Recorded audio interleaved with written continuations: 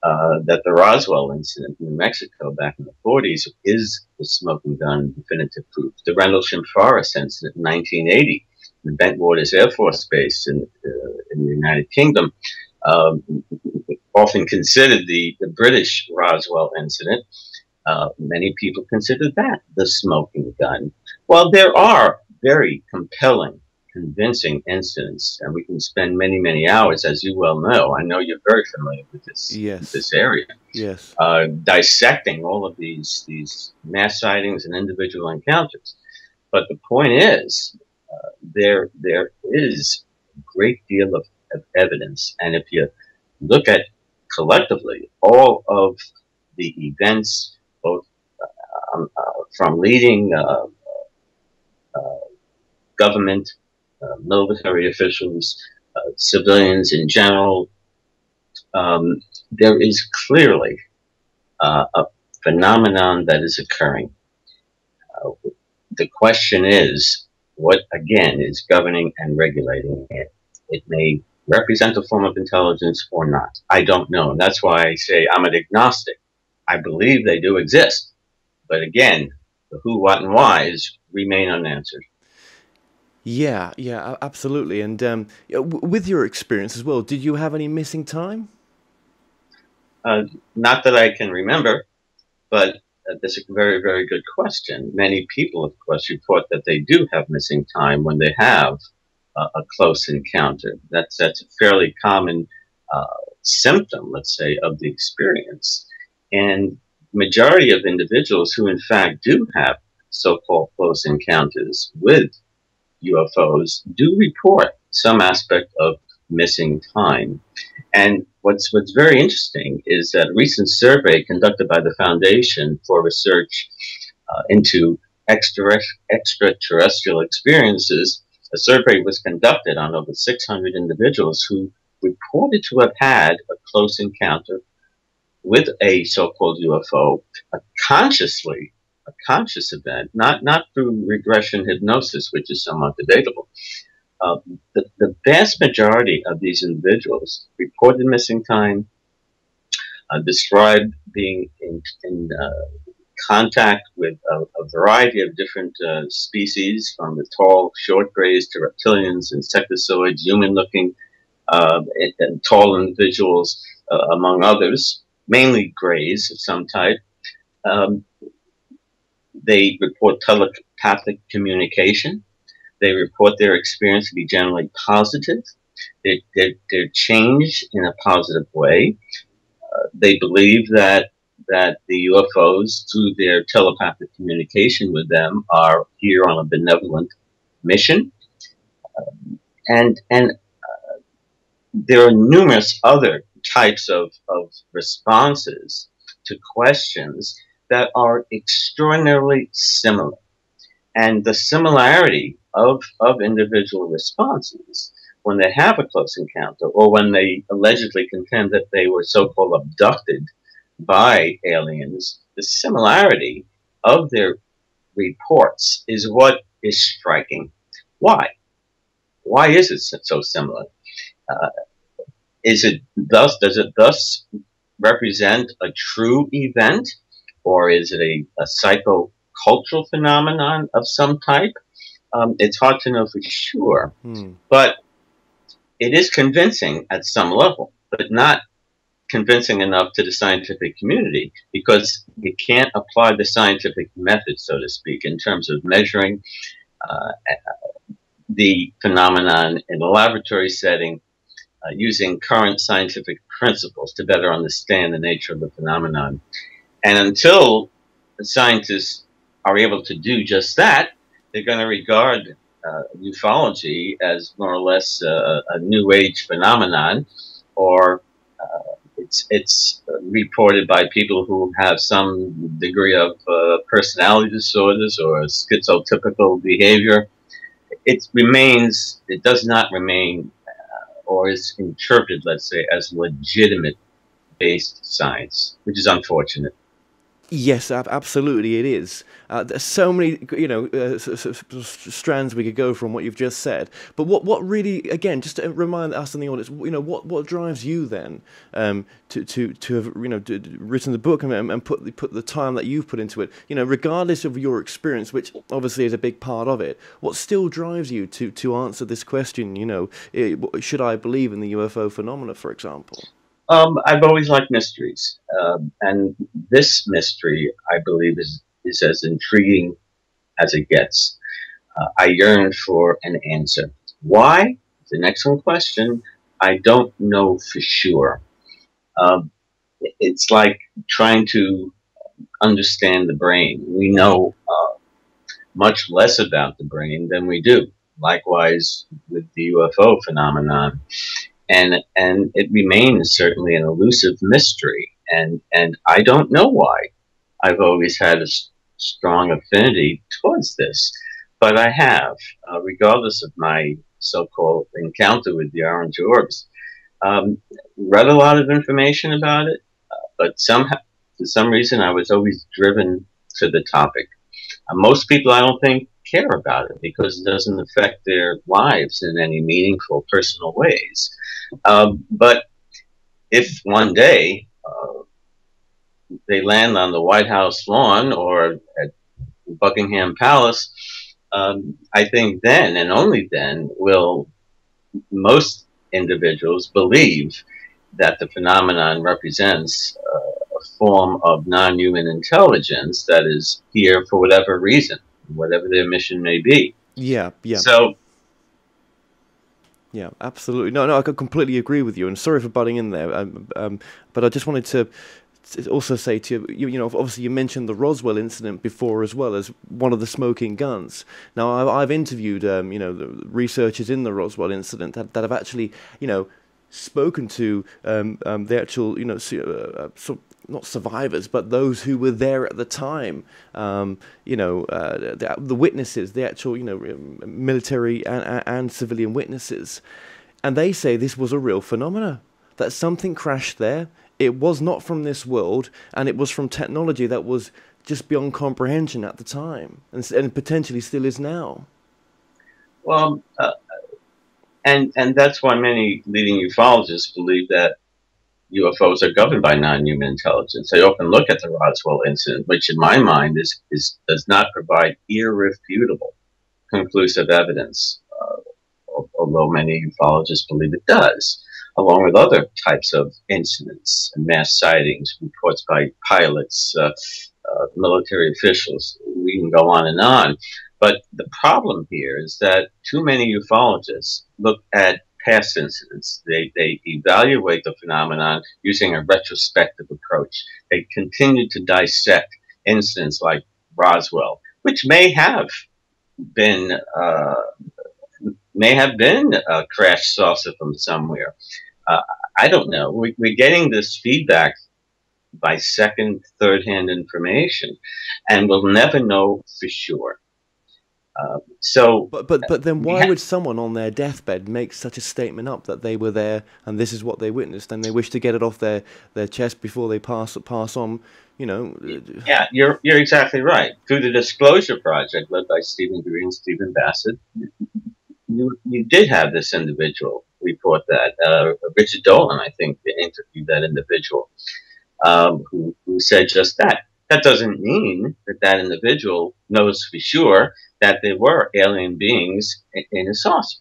It may have been related to what the U.S. government terms Project Mogul, or a secret weather balloon at the time when we was engaged in spying activity with Russia. It may have been something like that, and maybe there were dummies, so-called, mannequins or whatever in this weather balloon that may have crashed, and people could easily have misinterpreted it as something outworldly. I don't know for sure. I don't really think anybody knows for sure. And the point is, again, we can't continue to try to figure out whether or not Roswell represents a real UFO, a form of intelligence from far, far away, because we're never going to know for certain. We can continue to look at the Rendlesham Forest incident, the Belgium wave incident, among many other incidents that are not unique just to Roswell. And here again, there are, in my mind, many other incidents that are more compelling than Roswell. One that really moves me, so to speak, in terms of a compelling incident is the activation and deactivation of nuclear missiles, which have occurred here and in Russia, and was, according to military personnel who operated these missiles, UFOs were seen at the bases, and they believe that the computers that were used to activate and deactivate these missiles could not have occurred, by them. They do not understand how this could have happened. But the simultaneous deactivation and reactivation of missiles, in combination with the many military personnel observing these craft, makes one wonder whether or not there was some intention on the part of some alien presence as a warning, or basically saying, stop this, it doesn't make sense. Pilots, Jafari from Iran, he was part of the Disclosure Project. He saw a flying disc, attempted to shoot at it. It was absorbed, he says, by the UFO. It split into pieces. One lands on the desert, the other flies away at thousands of miles an hour. It moves in a nonlinear fashion. It was confirmed by radar. It was seen by other pilots. It's one of the classic examples that is very difficult to dispel. To me, those two incidents are much more compelling than Roswell, even Rendlesham Forest, where Peniston and Burroughs came in contact with a saucer-like, well, it's actually more of a triangle, black, smooth object which had symbols on it, and I can't remember, I think it was Peniston reported being downloaded through telepathic communication, a series of zeros and ones which he later wrote down on a piece of paper, and is now the basis of interpretation by many individuals as to what that may mean. But the point is, it took off and again was observed by many personnel on the base. It led to the Halt memo in 1981, a general from the base who described in great detail, confirming the incident and basically saying this happened with no conclusive rationale as to what it was, but emphasizing that this was a very, very strange and unique event that cannot be explained logically. There are many other instances, of course, and we can discuss this on and on, which can be read in many textbooks.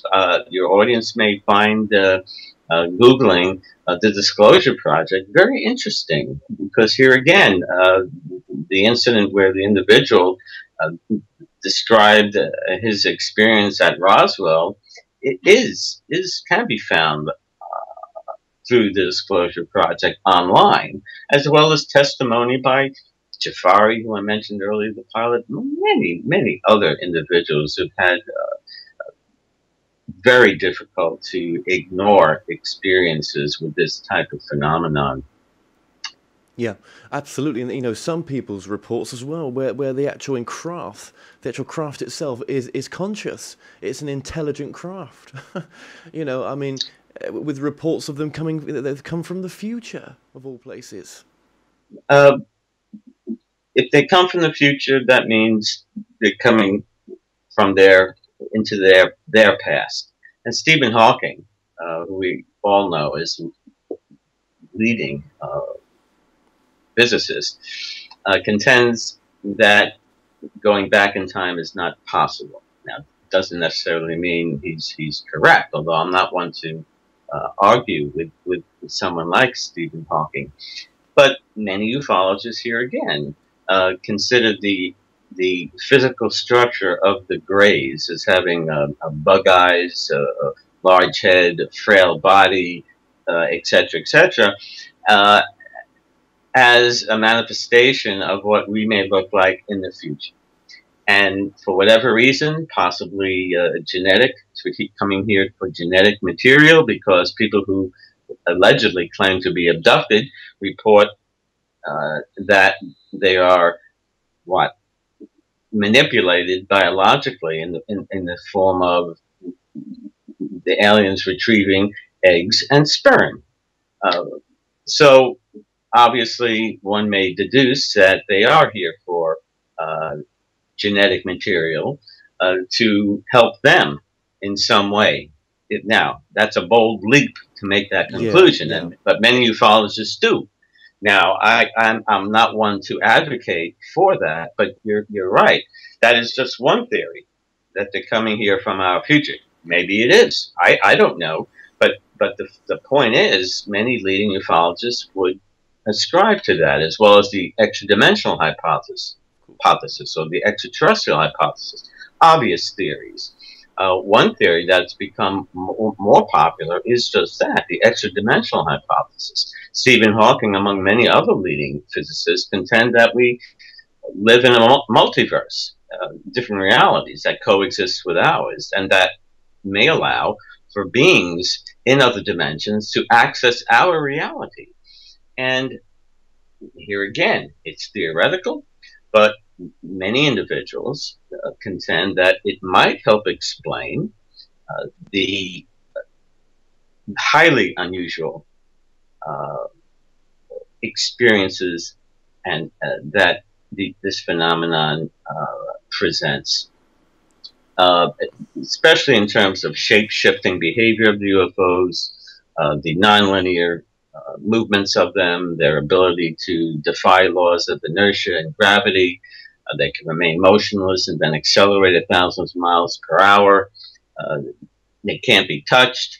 But what you said is very, very interesting, in that they almost seem to have an intelligence, as if they're able to physically manipulate themselves by possibly the conscious intention of their inhabitants. Again, it's a theory, but you're right. That is a very common interpretation. And what's very interesting along those lines is that leading astrophysicist Alan Hynek, along with a Nobel Pulitzer Prize winner, John Mack, the psychiatrist from Harvard University, both of these leading scientists in their own respective fields contend, after studying the phenomenon for many years in a variety of different ways, believed that the phenomenon is both physical and mental, that there is a conscious element to it. And we may be looking at a phenomenon that somehow integrates, possibly, a conscious experience that we cannot understand at this point in time in our evolutionary cycle. So we can't prove it. We don't have the scientific principles yet to analyze that. And again, the extra-dimensional hypothesis exists only in theory. Understanding whether or not our consciousness is separate from the brain is a matter also of significant debate. Maybe it is. Maybe it persists after bodily death. Maybe the telepathic communication that people contend they have when they do encounter a UFO is representative of a conscious element to this phenomenon. But when John Mack, Alan Hynek, Jacques Vallée, among many others, interpret this phenomenon as both physical and psychic, I'm not one to argue with them. Well, that's and I appreciate you bringing up that point. Well, no. I mean, that's an absolutely incredible part of this, is that, well, yeah, these, whatever they are, could be from, like you say, from our multiverse. And I mean, what if some of these levels were infinitive, for example, and it is where consciousness goes, and these UFOs, as we term them, are not what we think it is. It's beyond our comprehension. Even, and the research could go in a different direction, couldn't it? You're exactly right. I couldn't have said it any better. You know, it's easy to conclude that these UFOs are from planet XYZ, somewhere far, far away. But I think it's more complex than that.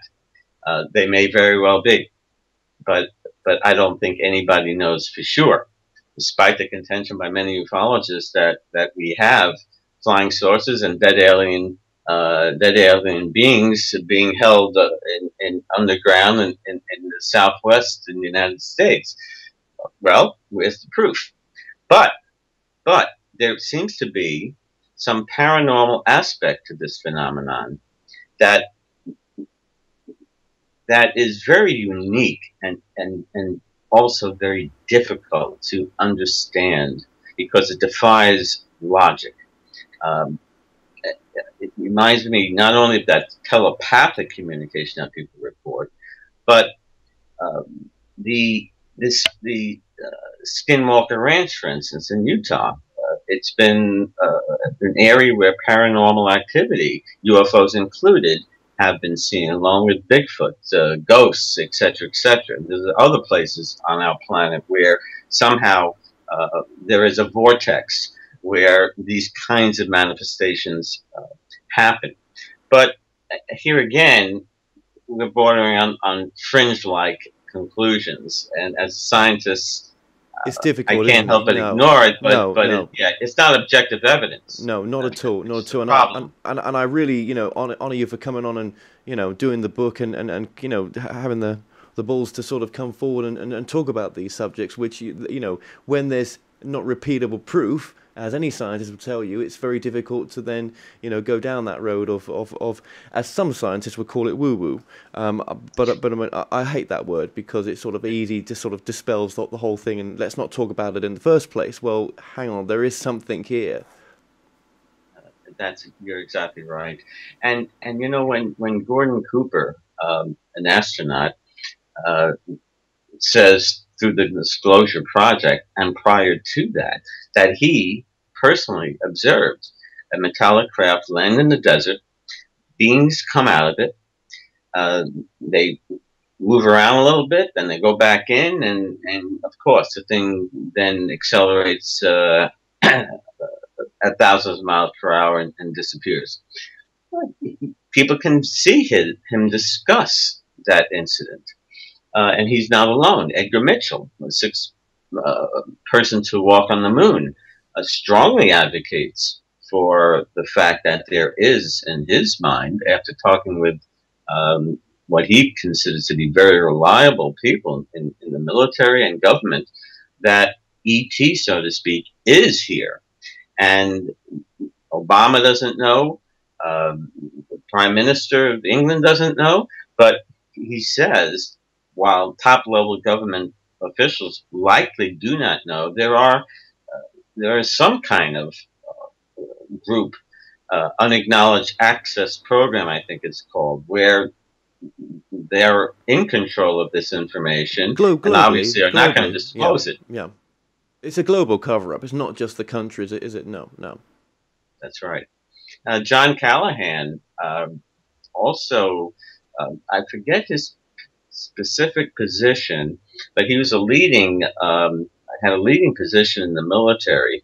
He reported on a UFO encounter by an airline, a commercial airline, back in the 1980s, I believe. He discussed this incident with the scientific team during Ronald Reagan's presidency, and after disclosing this information to the team, which also included members of the CIA and FBI, he says that he was told by a top-level CIA agent who was in the room, "You never said this, you were never here," you know, something to that effect. This never happened. So what do you make of that? I don't know, but a lot of ufologists contend that there is this cover-up or conspiracy, also referred to as exopolitics. But But there are many official memos by top-level military and government officials throughout the years that are represented in memorandum that clearly indicate their strong interest in the phenomenon. They acknowledge the presence of the phenomenon. They don't go on record as saying that it's little green men from Mars, but there's a long list of memos that have been revealed under the Freedom of Information Act, going back to 1952, General Twining's memo about the various aerial phenomenon that defied logical explanation, up to present time. John Podesta, a member of President Clinton's cabinet, said that we should reveal this information. He contends that the information about the alien beings, let's say, does exist, and that he advocates for that release of information to the general public. But even if the government did know for sure, I don't for a minute believe that they would disclose that information to the public for a variety of different reasons. No, we're just not ready, are we? No. Yeah. No. Yeah. Especially since the government is in control of the masses and does not want them to become unduly afraid. And they know that if they come out with the information that non-human intelligence is in fact here, up front and center, they probably don't have sufficient answers about the phenomenon to address the concerns and fears and questions that the public will ask of them. So there's a lot to be lost on their part. But isn't it incredible, though, you know, when you look up at the sky on a clear night and you see all those stars and there's many more behind them, the universe is potentially infinitive. How can we not now, nowadays, that there potentially is life that is more evolved than us, that started at a point maybe just 1,000 years ahead of us, maybe more? That you know, to come from it from a perceptive that you know, it's scary. Well, we've almost got no choice. You know, if there was something out there, have we? But there does seem to be the potential nowadays, as science is becoming even more advanced, that there actually is potential life out there. And look at the movies as well. It's an excellent point, and I don't think anybody can dispute that there are thousands, if not hundreds of millions of types of living creatures out there. The question, of course, is, are they coming here from there? And if they are, how are they doing it? And it's theoretical in nature, at least for us. If we were to go to our nearest star, Proxima Centauri, which is about 4.2 light years away, traveling at 25,000 miles per hour, which a shuttle does, it would take us 100,000 years to get there. Unless you're able to bend space, like Einstein and Rosen proposed back in the 20s, where you take a sheet of paper, you curve it, and you have a wormhole. You can in a sense negate distance, and thus they can get here maybe in a blink of an eye. Now, again, it's theoretical in nature, of course, but I don't think anyone in their right mind would dispute the fact that there are living beings out there. And I think the Kepler mission, the SETI mission, which so far has not really revealed any signal, despite their attempts to do so, which is certainly commendable. Maybe we're wasting our time and effort because maybe they're coming here. So it remains such a mystery. Absolutely. And it's annoying. I'll tell you the truth. It's annoying that we don't have the scientific community engaged in a formal research in this area. Well, why is that, do you think? I think a lot of scientists are afraid of ridicule from their colleagues. They know that they have to publish or perish, and attempting to do research in this area doesn't allow them to publish, because what journal is going to accept an article on UFOs? I don't know of any scholarly journal that is going to do just that. So they may consider it, and likely do, consider it a waste of time. I think many scientists do believe that the phenomenon is intriguing to study, but they're not willing to do so, again, for fear of ridicule from colleagues, for fear of lack of publication from this, for many may continue to believe that for numerous decades we have not made much progress at all in terms of understanding this phenomenon. So if they become involved in some form of research, what conclusion or success are they going to reach in their research, trying to uncover answers in terms of, again, the who, what, and why is associated with this phenomenon, when decades of investigations by scientists and mainly non-scientists have not revealed anything other than describing the kinematic or physical manifestations and behavior of these types of aerial phenomenon that remain perplexing and elusive decades ago as it does now. You know, where have we gone over the decades in terms of understanding what the phenomenon is? Very little, if any at all. But we do know something about it, but it basically relates to UFO's color and its speed and its nonlinear movement, and it defies inertia and gravity. People report, thousands, if not hundreds of thousands of people report beings, not only the grays, but they describe them. They describe the crafts, their physical characteristics, and the beings' characteristics. The point is, we can provide descriptive evidence of the phenomenon, which is easy to do so, but it doesn't provide provides more important information. No, absolutely. But then you have to say to yourself, why do they not want to be discovered? Why do they, you know, with any scientific analysis of this phenomena, that there needs to be repeatability. There is not. It's almost like they're ahead of the game all the time, right? So how do you study something that's almost consciously doesn't want to be, you know, studied, and then, you know, really, in that sense, it's almost like, are they here for our good? A lot of people who have had encounters, close encounters potentially, would say spiritually, yes, that they're here to help us evolve. But with them being spiritually advanced, you know, they wouldn't interfere. Now, I'm using a lot of words there that most scientists would run away from. And I appreciate you, you know, allowing me to use them.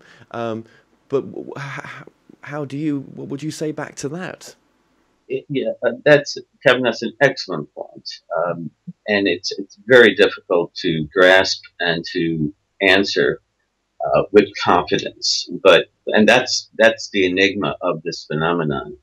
You're hitting it right on the head. You know, I think we need to look at maybe the alien abduction phenomenon as one piece of evidence, along with other close encounters that people have. Maybe not consciously acknowledging that they were taken aboard another craft, but you know, they see a craft a few hundred feet above their head, and this has happened certainly numerous times. Mass sightings, whereby people who do have these experiences, especially those that report to have had an abduction, come away with it generally with positive effects. They become more psychic, more spiritual, more sensitive to the environment, more loving to people in general. They report that they're changed for the better in numerous ways. And it's not only one person. Why so many people? Again, in that survey that I mentioned earlier, the Foundation for Research to extraterrestrial encounters. Acronym is free, and I encourage your listeners to look that up online. I'm a member, by the way, of the research team for that organization. But here again, for the first time, we have a multidisciplinary team of scientists from a variety of disciplines trying to study the phenomenon. And through quantitative and qualitative surveys, we find that the similarity of experiences are unique in that so many people are reporting essentially the same thing. And there are discrepancies, of course, but the vast majority say the same thing. And the question is why? Is it a real experience? Is it a real event? Are they being taken aboard another craft from wherever? For what purposes? Who knows? But the outcome is generally very positive. In fact, the individuals who do come away from that experience changed throughout the rest of their lives, apparently, have a higher divorce rate than any other group in the general population, because they've changed so much relative to their spouse. They don't see eye to eye now. Is that the reason? Who knows? But some studies have shown that to be the case. Now, do I want to be abducted based on what I hear, that it's a generally positive, has generally positive outcomes? No, because many people say it's an extremely fearful event. Not all have a very positive experience. But here again, that's why many researchers consider it to be a physical as well as a psychic or mental phenomenon. Why, I don't know. Well, yeah. Sorry, look at the crop circles as well. They're now people have captured on new footage coming out. Orb-like objects floating around the crop circles as they're being produced. Now, you're telling me that there's not some sort that there's something more than just a nuts and bolts craft, surely? You're exactly right, Kevin. I'm glad you brought that issue up. The crop circles it is an extraordinary phenomenon in its own right, but yes, it might be related certainly to the UFO phenomenon, and that's why I said earlier we have many possibly pieces of the puzzle interconnected. You have the crop circles, you have aerial phenomenon, which we discussed in some detail. We have poltergeist, we have Bigfoot, we have I guess we can go on and on. Ancient aliens, who built the pyramids? What's the missing link? How did we go from? How did we evolve in the manner that we did, which doesn't make sense on a genetic level? Where's the missing link? Who's God? What's God? What's that UFO doing in the painting that was drawn 1,000, 2,000 years ago? Maybe it's all related. Maybe it's not. But here again, these questions arise, and I can't, at least, and many other people can't help but feel that maybe we're talking about the same thing, whatever that thing is. Maybe it's all related. And crop circles is, again, a remarkable phenomenon. I don't know how people dispute crop circles. Of course, there are hoaxes, obviously, but the complexity of it and the time in which these complex formations are made, it seems to defy logical explanation, similar to how a UFO can make a 90-degree turn at 5,000 miles per hour. It defies, like the pyramids too, and our brain. It defies explanation. We know a lot less than we do know about the phenomenon, as well as our brain, let alone the consciousness brain relationship. Yeah. In fact, I now got permission to write another book from my publisher on life after death, should I believe, which is challenging in its own right, but it gets into quantum physics in a way. And a lot of people contend that maybe the science of quantum physics, quantum mechanics, might provide some answers to this phenomenon. We're talking about a branch of physics that deals with subatomic particles, or at the microscopic level. And Einstein called it spooky action at a distance, where you can take, for instance, I'm getting off a little bit into left field here, you can take atomic particles or photons and split it into two, and put one a billion miles away, and you manipulate one, and as you likely know, the other one responds in a counterclockwise fashion, in an opposite. The point is, what is connecting the two photons, despite the distance? And that's what Einstein referred to as spooky action at a distance, a law of entanglement. And I encourage your viewers to look that up. But here again, there is something invisible, yet real, yet physical. So could that possibly provide some underlying foundation for us to better understand, possibly, this phenomena that we are addressing? Maybe, maybe not. Well, yeah, and I think it's commendable that you're doing that next book. I mean, that's just incredible that you're taking on that challenge. But as you say, I mean, some of these experiments they've done, where you look back at the experiment and consciously it's changing. That sometimes the results are not what we think they are, because there's almost some consciousness there that doesn't want to be discovered. It's just. Yeah, I mean, do you think projects like CERN, for example, could be our next evolutionary jump into, discovering things that maybe potentially could lead us to an understanding of that there may be a multiverse? It's possible, and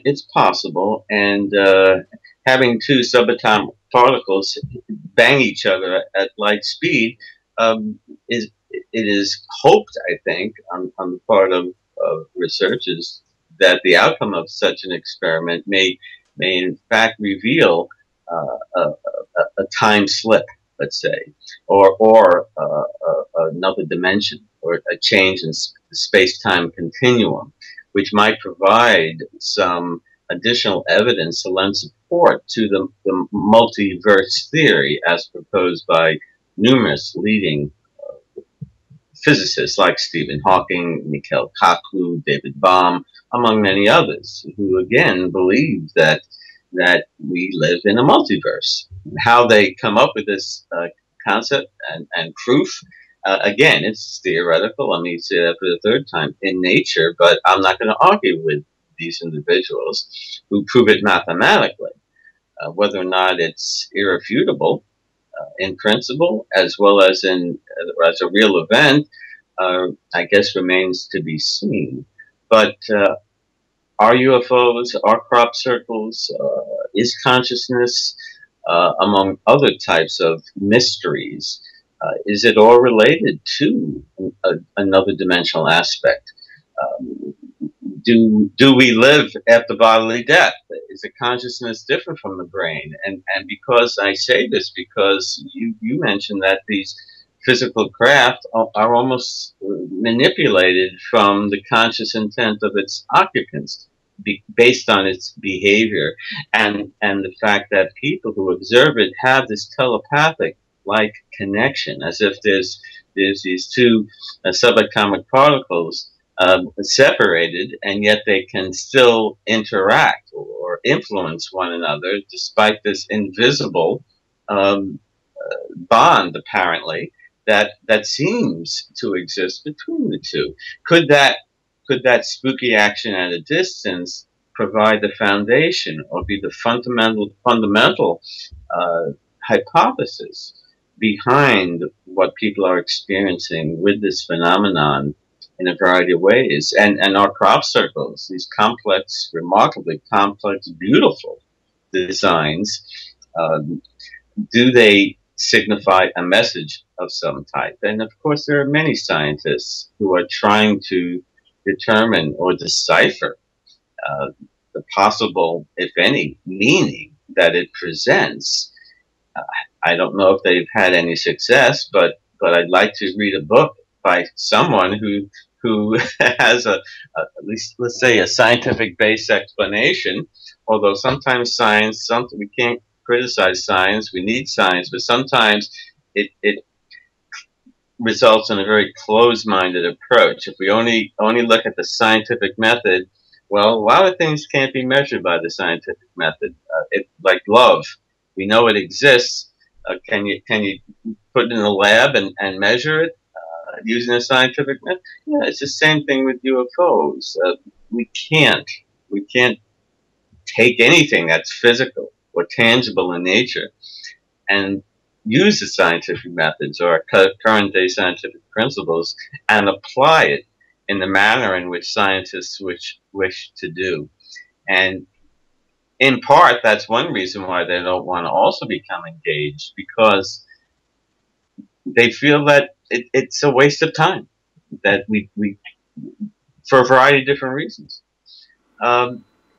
And many organizations worldwide contend that they provide a scientific basis to understand this phenomenon, but not in my mind. MUFON, for instance, among many others worldwide, it seems like every country has their own unique UFO type of organization.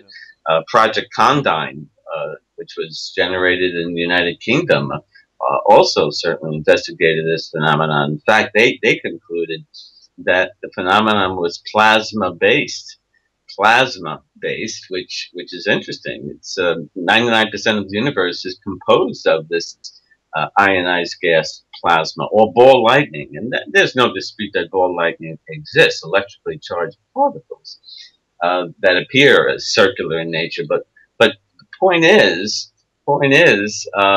it behaves in very unique ways, similar to UFOs, in that it can shapeshift, moves in nonlinear manner, it can split, it can merge, and it almost behaves as if there's an intelligence behind it. Yeah. Now, I'm not saying all UFOs are plasma-based. Project Condign, however, made that firm conclusion that it was plasma-based. Regardless, that could be a cover-up of some type. There are numerous investigations, and we don't have enough time to get into each and every one. Numerous investigations, going back to the 50s, 60s, etc. That say 5 to 10% of all UFOs are inexplainable.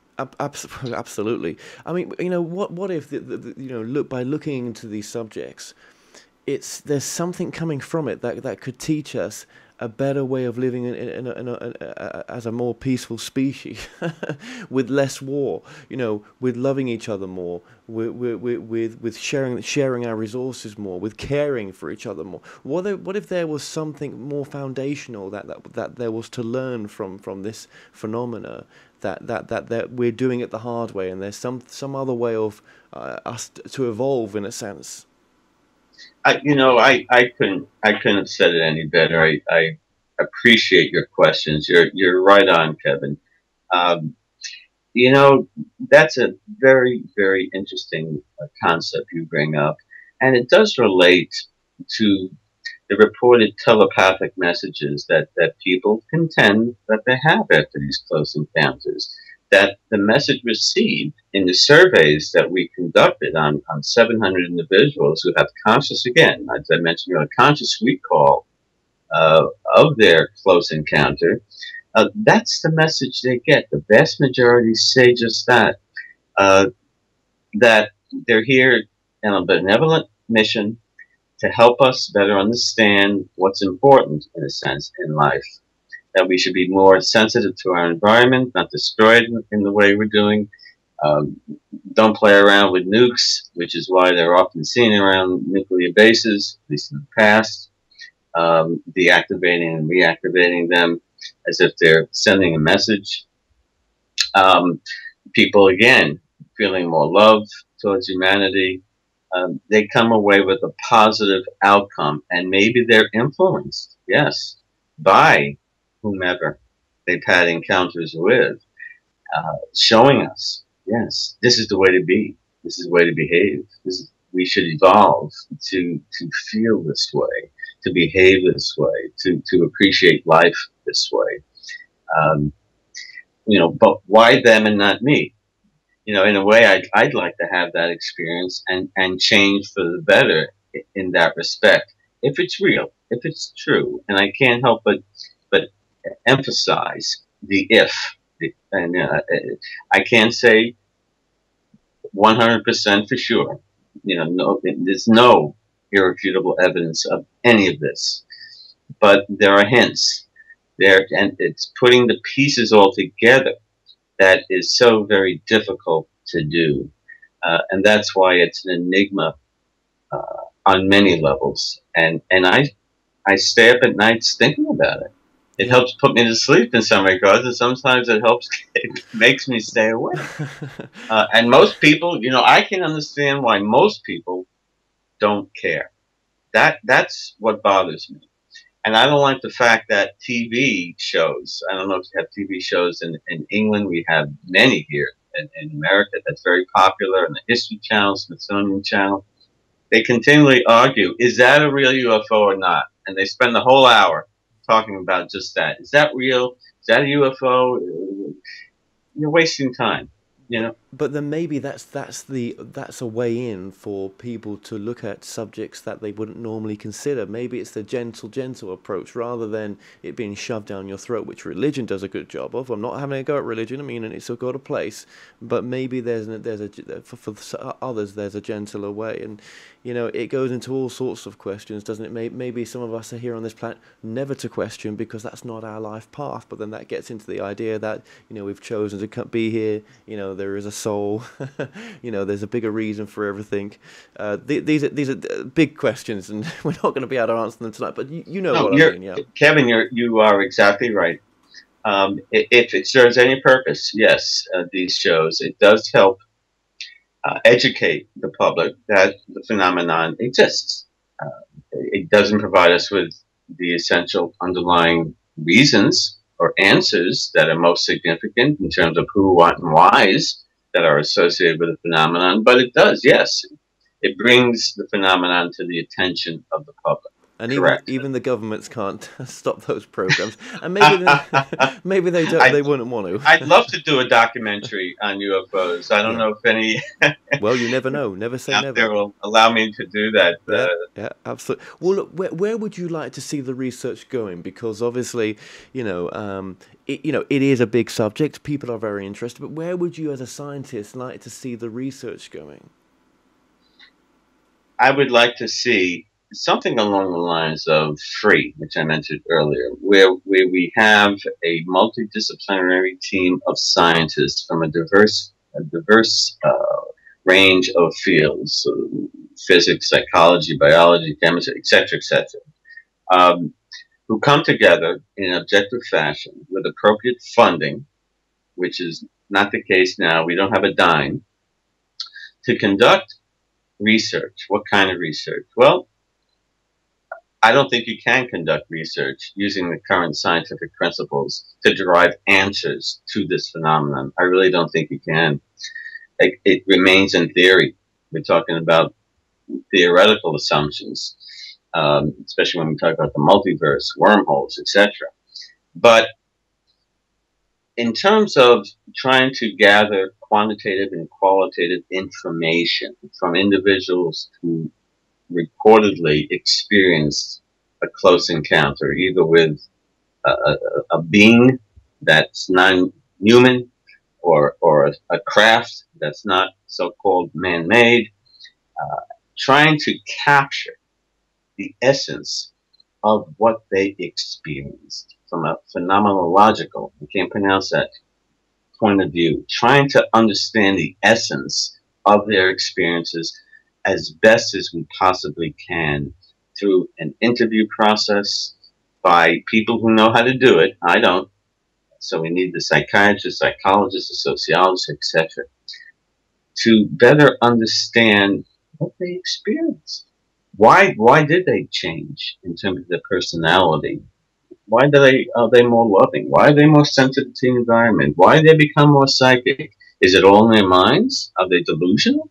Or did they really have this unique experience and change for the better? So it's more qualitative research. It's not necessarily the scientific method, but you can apply some scientific principles to trying to capture their experience. But it's not going into a laboratory and putting electrodes on somebody's head and performing so-called experiments to gather quantitative information. That's not the way to go, but rather to try to capture, as I mentioned just earlier, the essence, the nature, the basis of their experience as well as possible, and try to make some sense out of it as it relates to other people who have experienced the same thing. Yeah. Why is there such similarity? And I can bore your audience to death going through survey responses to questions about this, but let me say that there is such a unique similarity of experiences shared by people who don't know each other. And we're talking about 700 subjects so far. The vast majority have this common bond, and they don't know one another. Why? That's my question. Why? What's going on here? Yeah, and why would you make that up as well? Yeah, absolutely. Well, look, Robert, how would you? Well, what would you say then? And you may have answered this. So, what would you say is the most important message of your work? I would say keep an open mind, be objective. Don't believe everything you read about UFOs, about this phenomenon. There's a lot of sense out there. There's a heck of a lot of nonsense out there. And we often read something and agree with it if it is consistent with our beliefs. That's confirmation bias, and it's an error in inductive reasoning. We are misled. Just because what we're reading is consistent with our beliefs, it doesn't mean that what we're reading is true. And we have to be careful. We all make that mistake. We all do. Some more than others. So I guess what I'm saying is you have to be very selective and be objective. Truly try to understand the message, and be careful believing, again, everything you do read about this phenomenon, or anything else in general, not only about this phenomenon. There's a thin line, between sense and nonsense.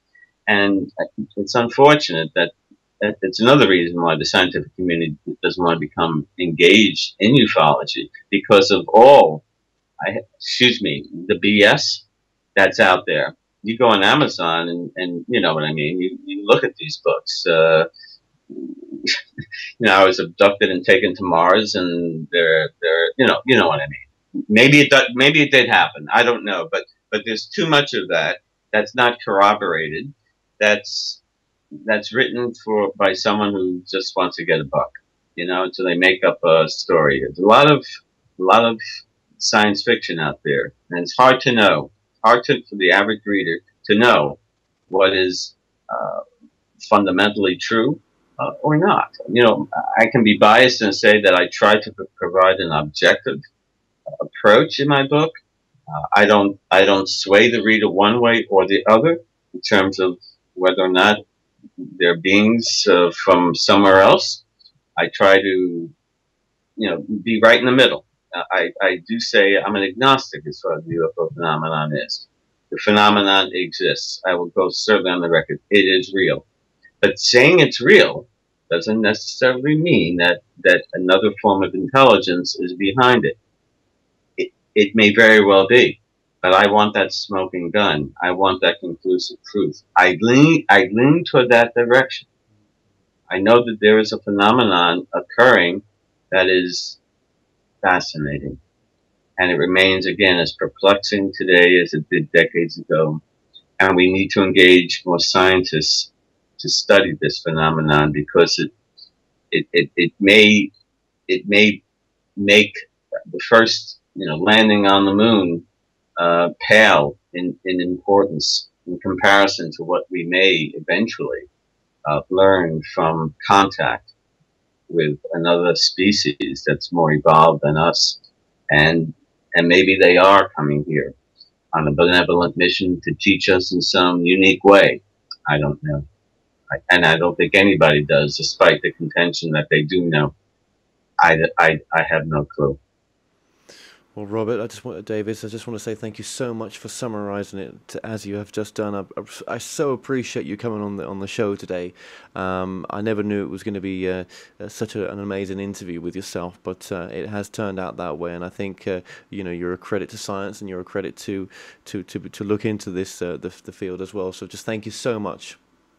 Well, you're very kind, and I want to thank you for being such a gracious host and asking very pertinent, insightful questions that help me try to explain as best as I can. Not that I have all the answers. I don't think anybody does, and I don't. But thank you very much for all you have done as a host. You are remarkable. So thank you again. Well, we've come to an end on tonight's show. Don't forget that you can listen and watch all our past interviews on the More Show's official YouTube channel. Remember to subscribe to our YouTube channel for new daily shows. You may also find out more on all past and upcoming guests on the show via themoreshow.co.uk, and do like us on Facebook and Twitter for the latest updates. So until next time, be safe.